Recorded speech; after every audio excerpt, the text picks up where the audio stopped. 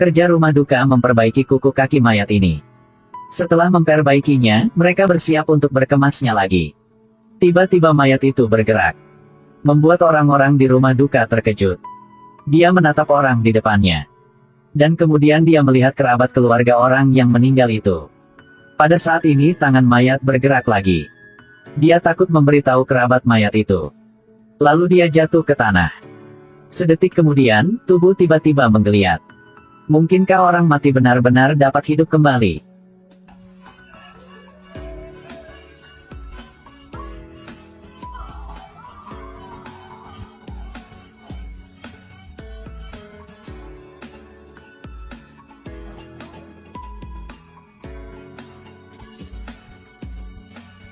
Baru 1 jam yang lalu, 2 pria dengan nama yang sama mengalami kecelakaan pada saat yang sama.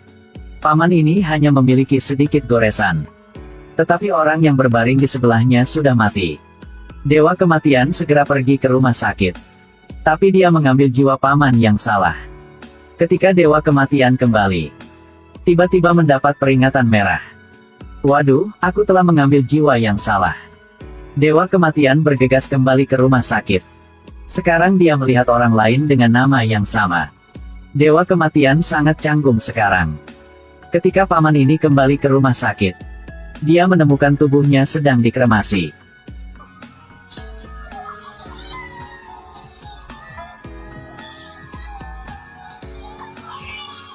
Kemana aku pergi?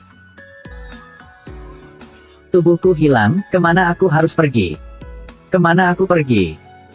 Dewa kematian muncul tepat di belakang paman. Wajahnya penuh rasa bersalah. Di sisi lain, seseorang dengan nama yang sama dengan paman itu telah dipastikan telah meninggal. Sementara orang di pemakaman sedang memperbaiki pakaian orang ini. Tiba-tiba dia bangun. Telah menakuti keluarganya. Pria bernama Song Hyun Chol ini adalah seorang manajer bank. Dia adalah orang yang sangat arogan dan keras. Ketika dia berbicara dengan istrinya tetapi seperti memberi perintah kepada bawahannya. Sang istri telah mendapatkan pekerjaan di supermarket. Tapi dia pikir istrinya telah membuatnya kehilangan wajahnya. Jika ada yang tahu istri saya bekerja di supermarket, itu akan sangat tidak sedap dipandang. Jadi dia memerintahkan istrinya untuk segera berhenti dari pekerjaannya. Tapi dia telah tidak bisa tahan suaminya lagi. Hye Jin mengatakan itu. Entah menjadi istri dan ibu atau menantu, dia bisa melakukan semuanya dengan sangat baik. Adapun pergi bekerja, dia hanya ingin bebas. Bukan harus melihat wajah tidak menyenangkan suami setiap hari. Paman ini juga bernama Song Hyun Chol adalah seorang koki. Dia telah membuka restoran Cina bersama istrinya. Hubungan di antara mereka sangat baik. Paman ini tidak hanya lucu tetapi juga sangat imut. Kedua pria ini tidak hanya memiliki nama yang sama. Terlebih lagi, mereka lahir pada hari, bulan, tahun yang sama. Suatu hari ketika itu adalah hari ulang tahun mereka. Hye Jin dan Yeon Hwa pergi ke toko kue pada waktu yang sama.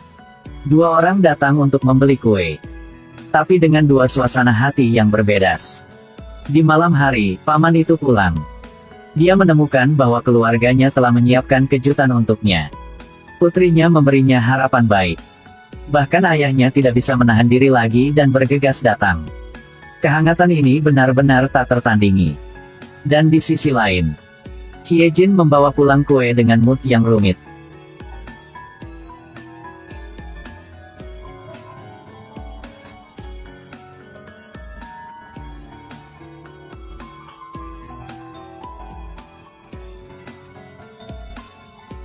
Jadi ini bukan suaminya. Itu adalah wanita lain milik suaminya yang mengirim bunga datang. Dia benar-benar putus asa. Dia tidak bisa menahan air mata saat dia duduk sendirian makan kue. Jiwa paman ini telah memasuki tubuh manajer bank yang berbakat. Dan paman ini juga tidak kehilangan kenangannya. Jadi bagaimana kehidupan 2 keluarga akan berubah? Jiwa paman koki ini memasuki tubuh seorang manajer bank dengan nama depan dan belakang yang sama dengan dirinya. Dia meminjam sejumlah uang dari ibu pemilik tubuh ini. Membantu istrinya membayar hutang.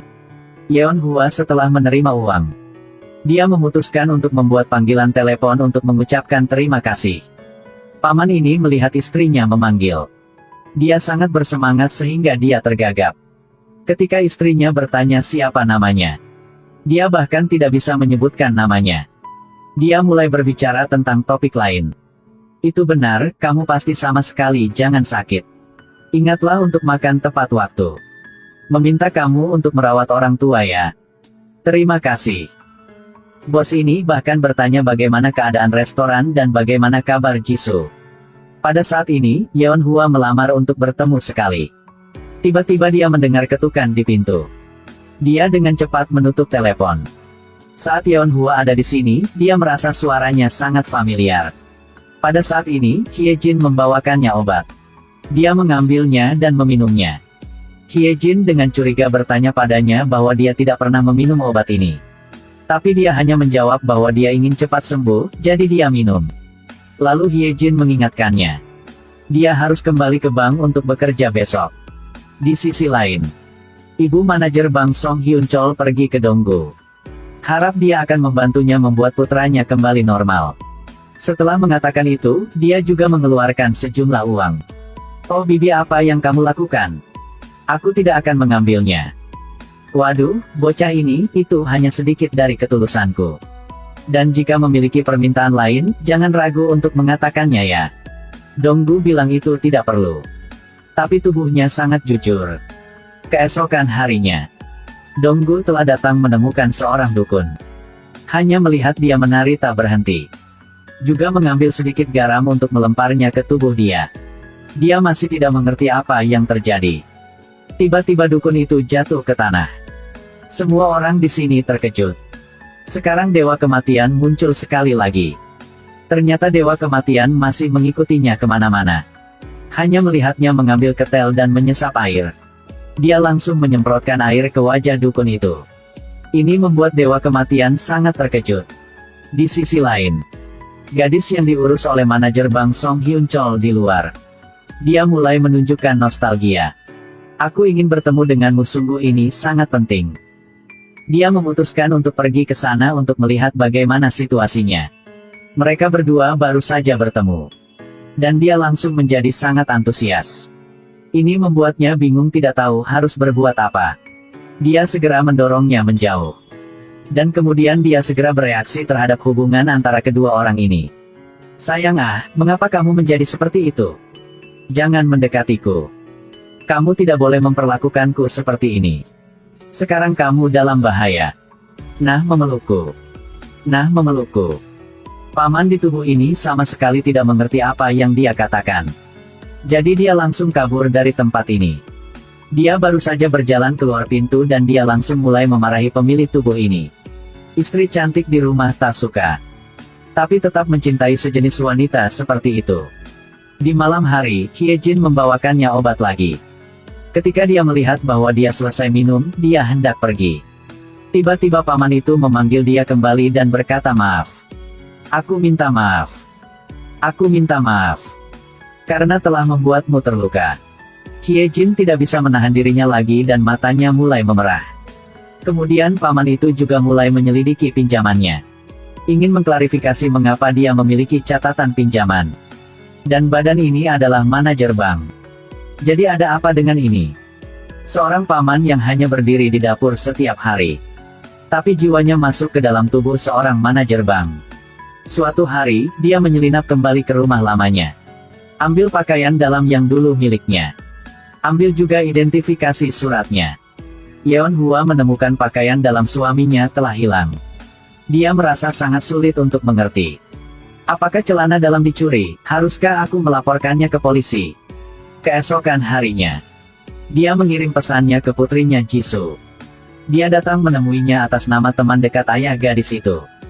Dia mengajaknya keluar untuk makan pizza yang makanan favoritnya. Dan dari percakapan dengan Jisoo dia mengerti. Istrinya bekerja di toko serba ada. Dan ayahnya akan bekerja paruh waktu di lokasi konstruksi di malam hari. Tiba-tiba dia merasa terluka. Dia memintanya untuk mengirim pesan kepada mereka. Saya akan membantu keluarga Anda. Jadi tolong Anda menyuruh kakek dan ibumu untuk tidak melakukan pekerjaan seperti itu lagi. Sampai malam hari, Donggu memanggil Hyun Chol untuk minum alkohol. Keduanya memiliki kesedihan di hati mereka. Donggu berbicara tentang kesulitan setelah perceraian. Pernahkah kamu menikah? Itu benar, menikah dan kemudian bercerai. Bukankah kamu sangat membenci istriku? Maafkanku karena telah membenci istrimu. Dia juga mulai mengatakan semua beban di hatinya. Donggu ingin tahu tentang temannya yang sekarat dan hidup kembali. Paman mabuk Hyun Chol juga memberitahu Donggu bagaimana dia memasuki tubuh pria yang juga bernama Song Hyun Chol ini. Donggu sangat sulit baginya untuk menerima hal ini. Dewa kematian setelah mendengar kata-kata ini. Dia segera merasa sangat kasihan pada paman itu. Kemampuannya tidak bisa menangani ini. Dia hanya bisa mengulurkan tangannya untuk meminta bantuan. Mereka berdua setelah mabuk. Paman itu telah membawa Donggu ke rumahnya. Minta Donggu untuk bantu memanggil ayahnya keluar. Melihat ayah telah melangkah keluar, paman itu segera bergegas datang. Ayah, aku Song Hyun Chol, putramu. Sekarang aku berada di tubuh orang lain. Kamu sudah gila. Kemudian dia mulai berbicara tentang apa yang terjadi dari masa kanak-kanak hingga dewasa. Ayah, apakah kamu ingat?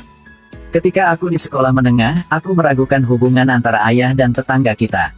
Akibatnya, ayah telah marah dan meninggalkan rumah. Ketika sang ayah mendengarnya, dia menangis dan memeluknya erat-erat. Hyun Chol ah. Ayah. Siapa kamu? Dia curiga ini adalah jenis penipuan baru. Ayah. Bajingan ini. Lalu dia menendang mereka berdua langsung pergi.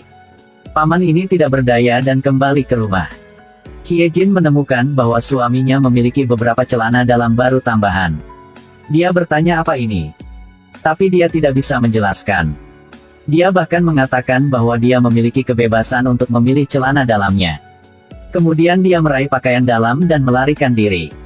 Di sisi lain, karyawan bengkel mobil memberitahu Dongsu. Ada orang yang mengaku sebagai pemilik mobil ini yang datang ke sini untuk mencari dokumen. Dongsu merasa sangat curiga. Dia menemukan beberapa dokumen di mobil Song Hyun Chol. Tapi dia tidak tahu untuk apa ini. Jadi dia menoleh untuk bertanya pada Yeon Hwa. Baru sekarang dia tahu bahwa itu adalah dokumen pinjaman Song Hyun Chol. Yeon Hwa mengatakan bahwa suaminya tidak pernah meminjamkan uang kepada siapapun. Jadi bagaimana bisa mendapatkan dokumen pinjaman? Dongsu merasa ini pasti ada sesuatu yang tak beres. Dia curiga dengan orang aneh yang Yeon Hwa bicarakan. Dia yang mencari dokumen pinjaman. Pada malam hari, Hyejin menemukan bahwa suaminya tidak makan makanan nanas favoritnya. Kemudian dia membawakan obat untuk diminumnya. Saat ini, Yeon Hwa juga memanggilnya. Hyejin melihat layar HP-nya menyala. Paman ini setelah bilang halo. Yeon Hwa segera menutup telepon. Dia yakin suara orang ini adalah pria aneh yang berlari ke pintu depan rumahnya hari itu. Hyejin bertanya padanya mengapa tidak makan nanas. Dia bilang dia tidak suka makan. Tiba-tiba dia sepertinya telah menemukan sesuatu tidak beres. Kamu bukan Song Hyun Chol kan?